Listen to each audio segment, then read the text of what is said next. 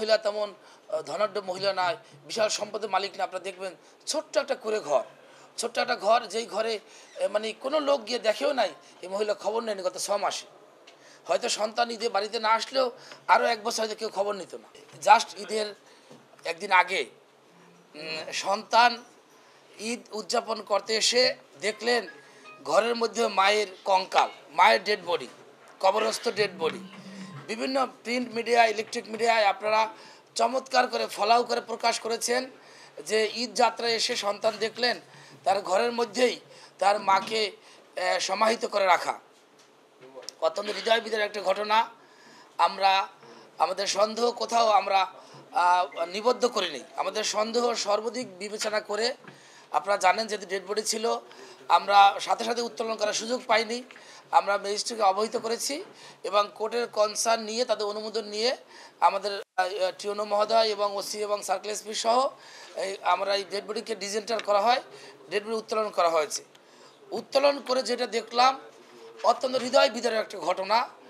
60 ঊর্ধ্ব সেই মহিলা, ভদ্র মহিলা, গলায় তার ফাঁস দিয়ে, তার শাড়ি দিয়ে গলায় ফাঁস দেয়া এবং কোনো রকমে তার ডেড বডিকে কোনো রকমে মাটি চাপা দেওয়ার মতো অবস্থা। কঙ্কাল মনে হচ্ছে, আমি যখন ছবিটাকে দেখালাম বিভিন্ন জায়গায়, কেউ বলে চিকেন ফ্রাই, কেউ বলে এটা মানুষের বডি, বোঝার সুযোগ নাই। কারণ বয়স্ক লোক, তার ডেড বডি একেবারে সংকুচিত হয়ে কঙ্কাল বের হয়ে আছে।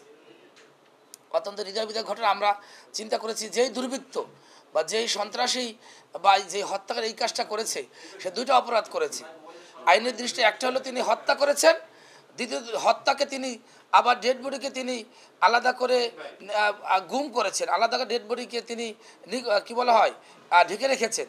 2টা অন্যায়। আমরা তার সন্তান ছিল, তার সন্তানকে ব্যাপক জিজ্ঞাসাবাদ করলাম, কারণ যিনি একমাত্র সন্তান তিনিও ডিরেল, তিনিও নেশাগ্রস্ত ছিলেন, মাদকের মামলা ছিল এবং তার তথ্য মতো তার সার্বিক সিচুয়েশন বিশ্লেষণ করে আমাদের রিসার্চ বাকেরগঞ্জ সার্কেল, তার টিম এবং আমরা র্যাবের সহকারী এখানে এসপি আছেন, ওনাদেরও সার্বিক সহযোগিতা নিয়েছি। আমরা দেখলাম যে এই হত্যাকাণ্ডের সাথে একাধিক লোক জড়িত ছিল। আমরা গতকালকে প্রযুক্তির মাধ্যমে বিভিন্ন জায়গা থেকে তাদেরকে আমরা অ্যারেস্ট করতে সক্ষম হয়েছি। আমাদের জিজ্ঞাসাবাদে তারা পূর্ণাঙ্গ ঘটনা স্বীকার করেছে এবং যে হত্যাকারী, 2 জন হত্যাকারী ফয়সাল এবং লালচান।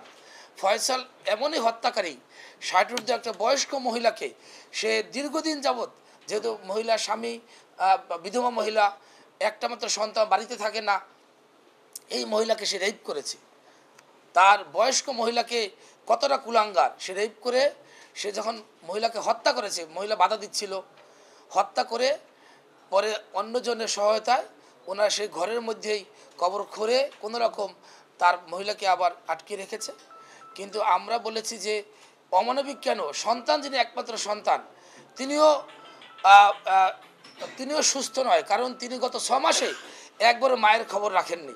6 মাস পরে ঈদের সময় তিনি যখন বাড়িতে এসছেন তখন দেখতে পেলেন তার মা ঘরে নেই, ঘরের মধ্যে মাটি এলোমেলো আছে, তখন তারা কবরের আবিষ্কার করেছেন। তা আমরা আজকে সন্তোষ চিত্তে বলবো, এই ঘটনা যদি ফাইন্ড আউট করতে না পারতাম, এটা আমাদের জন্য প্রশ্নবিদ্ধ ছিল এবং এটা আমাদের জন্য একটা অনুশোচনা ভোগ আমরা করতাম।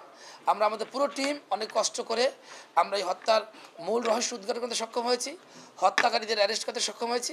এই মহিলার একমাত্র সন্তান যখন বাড়ি ছিলেন, ওরা ছিল ওই মহিলার ঘরে সর্বক্ষণিক তারা নেশাগ্রস্ত ছিল এবং ওই মহিলার ঘরে তারা মদ এবং তারা সব আড্ডা দিত।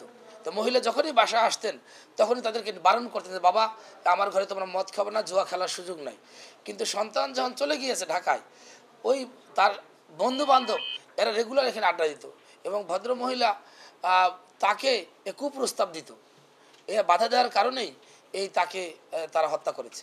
মহিলা তেমন ধনাঢ্য মহিলা নয়, বিশাল সম্পদের মালিক না। আপনারা দেখবেন ছোট্ট একটা কুঁড়ে ঘর, ছোট্ট একটা ঘর, যেই ঘরে মানে কোনো লোক গিয়ে দেখেও নাই এই মহিলা খবর নেয়নি গত 6 মাসে। হয়তো সন্তান ঈদে বাড়িতে না আসলেও আরও 1 বছর হয়তো কেউ খবর নিত না। সার্বিক বিবেচনা করে আমরা সন্তানকে আগে আমরা নিয়ে আসছি আমাদের গ্রিপে এবং সন্তানের জিজ্ঞাসাবাদ করেছি।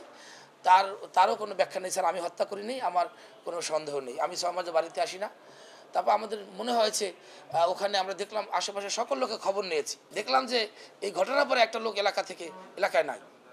আমাদের সন্দেহ আরও বাড়লো এবং কোথায় আছে কীভাবে আছে কোনো ডিটাস্ট, পুরো ফ্যামিলিতে ডিটাস্ট।